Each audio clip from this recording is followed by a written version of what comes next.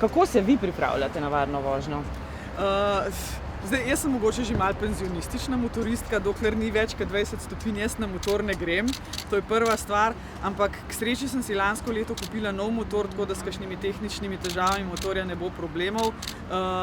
Moj sin je strojnik, obljubil je, da mi bo motor v celoti pregledal. Valjda na neko krajšo vožnjo prej, če bom le utegnila, bi šla zelo rada na poligon, že nekaj časa nisem bila, predvsem pa sezona se začenja.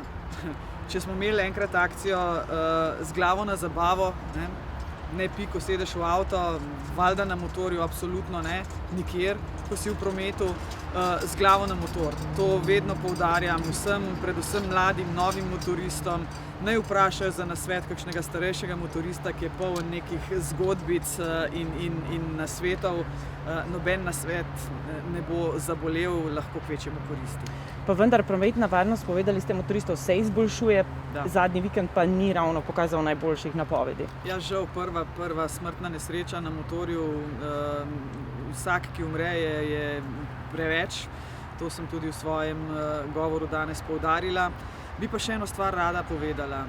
To, kar ste danes videli tukaj, tudi tehnologije na področju varnosti motoristov izjemno napredujejo. Dajmo slediti tudi motoristi, kaj vse se da narediti, da bomo na motorju bolj varni, in prikaz zračne blazine na motoristu je nekaj, kar je, saj ni čisto novo na trgu, ampak vendarle so te stvari že toliko razvite, da so tudi cenovno ugodnejše, kot so bile v postopku nekega razvoja.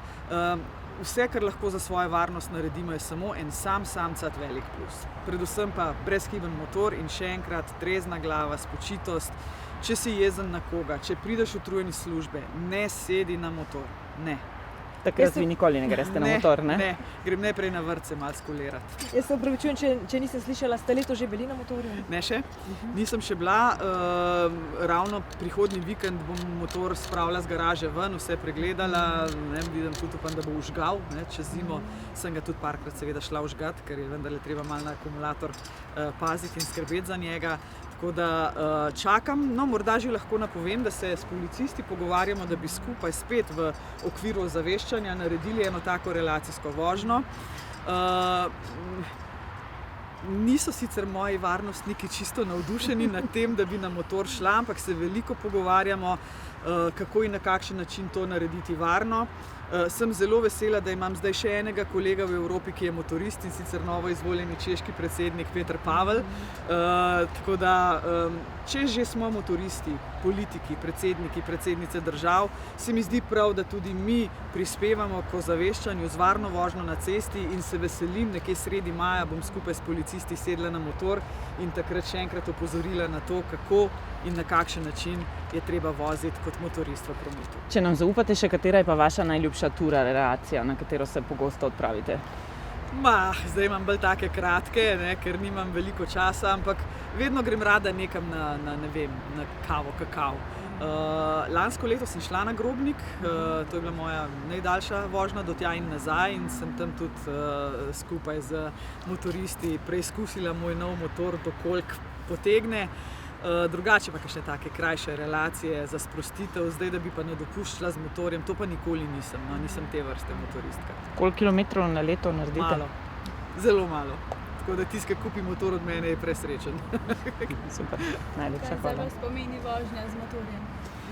Vožnja z motorjem, veste, ko to enkrat začneš, je pravzaprav nek način sprostitve, za mnoge je seveda to tudi način življenja. Meni način življenja motorizem nikoli ni bil, mi je bila sprostitev. Posplošeno lahko rečem veter v laseh, čeprav se nikoli brez čelade ne vozim, ne na mopedu, ne na motorju. To je absolutno tisto, kar spoštujem vseh 40 let moje motoristične kariere, in vse, ki so okoli mene, vedno opozarjam na to. Sprostitev in še enkrat sprostitev, drugače je kot v avtu, motor je druga zgodba, in čeprav sem zdaj na neki funkciji, ko je časa manj, čeprav sem ženska, motoristk v tem svetu tudi ni, ne vem kako veliko smo, in tako je prav, mi vseeno žilica ne da miru, da bi motor povsem opustila, ga prodala in nikoli več nanj sedla. Imam ga v garaži, ko mi zapaše, grem.